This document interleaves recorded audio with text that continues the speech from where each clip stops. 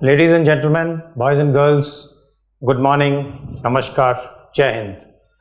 In my series of talk about Defence Forces, a career beyond excellence, I will start the talk today beginning with the ethos of the Indian Defence Forces, which always place the nation first, always and every time.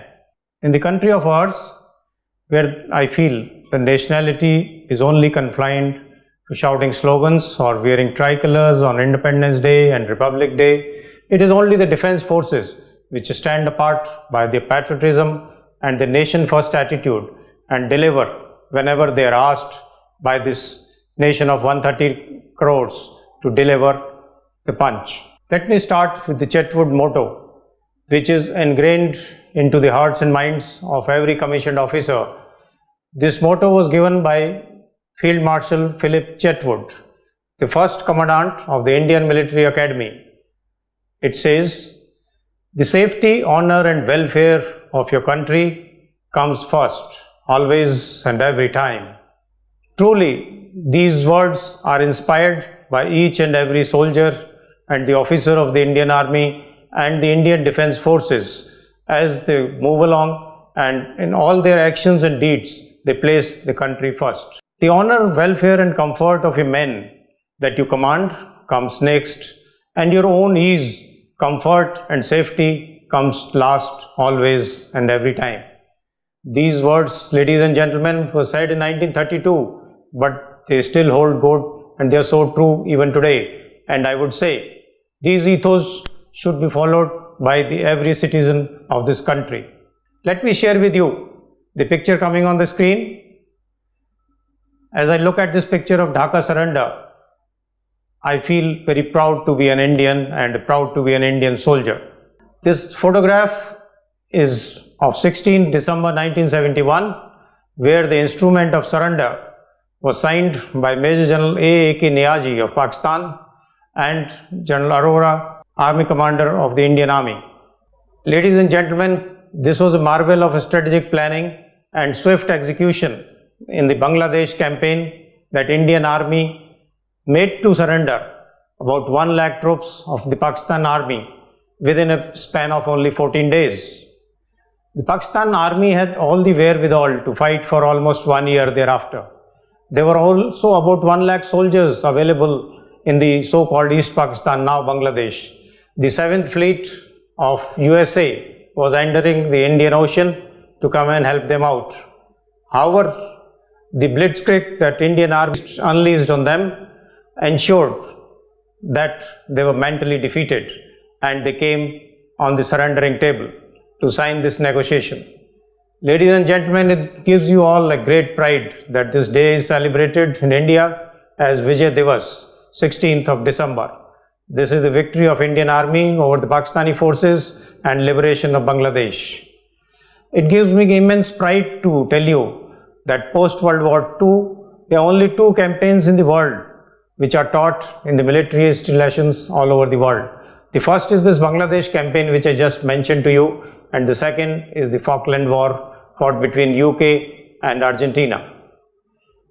Ladies and gentlemen, it is this Indian Army which right from the independence, right from 1971, has always delivered whenever the nation has asked for it, whether it is external aggression, wherein we have fought 4 wars, including the one Bangladesh war which I mentioned, which is the moments of glory for the Indian Army and the Indian Defence Forces, and secondly again at Kargil, highest battlefield, which in 1999 Indian Army defeated and made the Pakistani troops and the militants to withdraw from the snow-covered peaks where they had rations and bunkers made to survive for almost 2 winters.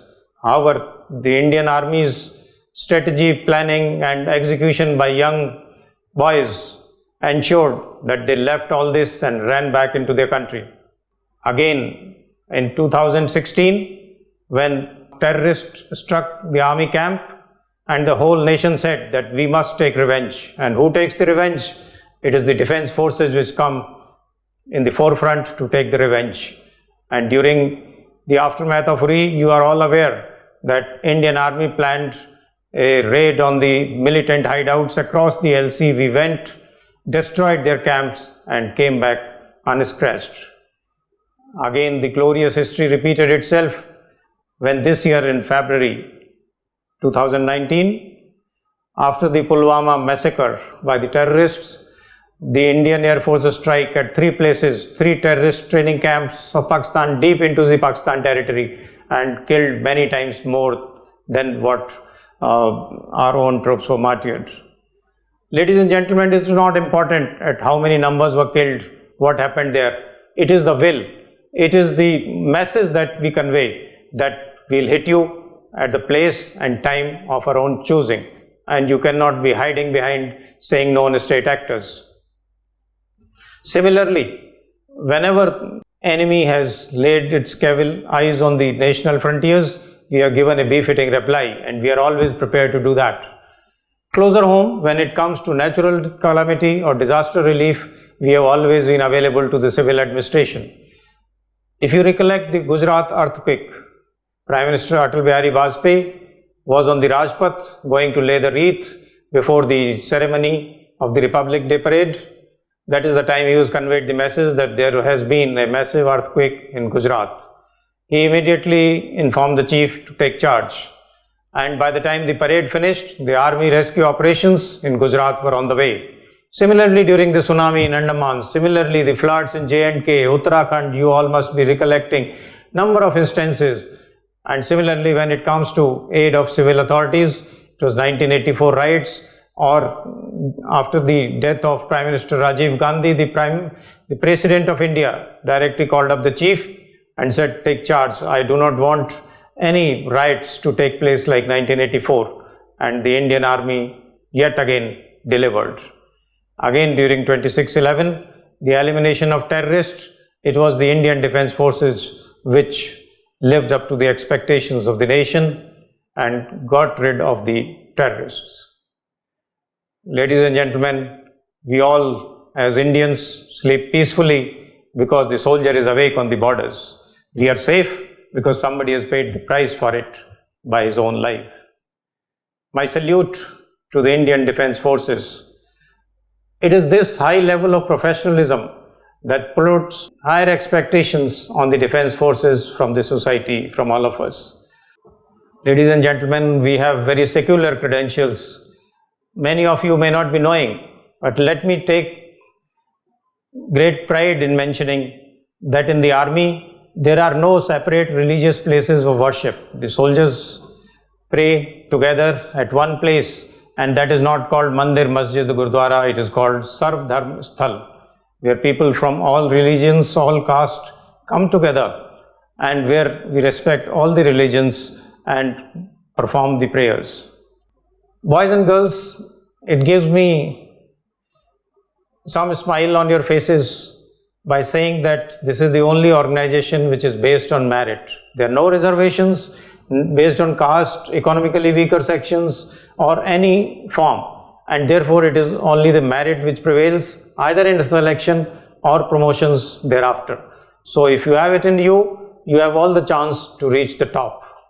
Also, let me tell you, there are very high expectations for personal conduct from the officers to lead the men, because you are leading your men into the battle where he is required to go in for supreme sacrifice if required, to lay down his life for the country. And therefore, the personal conduct of the officers who are leading their men, the military leaders, has to be above board. The men has to put their faith into them and to say that yes, he is the man who is a professional, who is a true blood leader and who will lead us to victory in the battle. Today's defense forces or the officers class faces a large number of challenges. Let me enumerate a few of them. Firstly, there should be passion to do and die for the country. If you do not have that jazba, that passion, you will never be able to serve in the defense forces. And therefore, to have a little pagalpan, have a little junoon, have a little passion to do and die for the country is the first requisite, is the first challenge that one has to face. Secondly, you have to always be a winner. You can't, like a civil corporate world, say that, okay, my targets could not be met this year, next year I'll work better, meet the targets. No sir, sorry. Either you are a winner or you are not there. There are no prize for runners up in the war. Either you kill the enemy and win, or the enemy will kill you. You will no longer be there to ponder over your defeat.